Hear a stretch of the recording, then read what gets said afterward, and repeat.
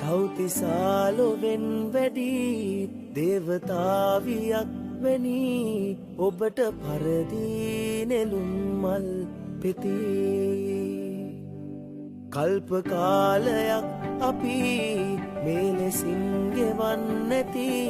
හිතට දැනුනේ නිසාවෙන් නැති ඔබගේ මනමාලකම් මාගේ සබකෝලකම්